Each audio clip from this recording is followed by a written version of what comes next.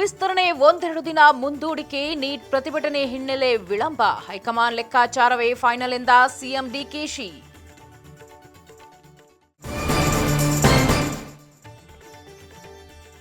ಧರ್ಮೇಂದ್ರ ಪ್ರಧಾನ್ ರಾಜೀನಾಮೆ ಕೊಡಬೇಕು. ಮೋದಿ ವಿದ್ಯಾರ್ಥಿಗಳಿಗೆ ಕ್ಷಮೆ ಯಾಚಿಸಬೇಕು. ನಮ್ಮ ಹೋರಾಟ ನಿಲ್ಲಲ್ಲ ಎಂದ ರಾಹುಲ್ ಗಾಂಧಿ.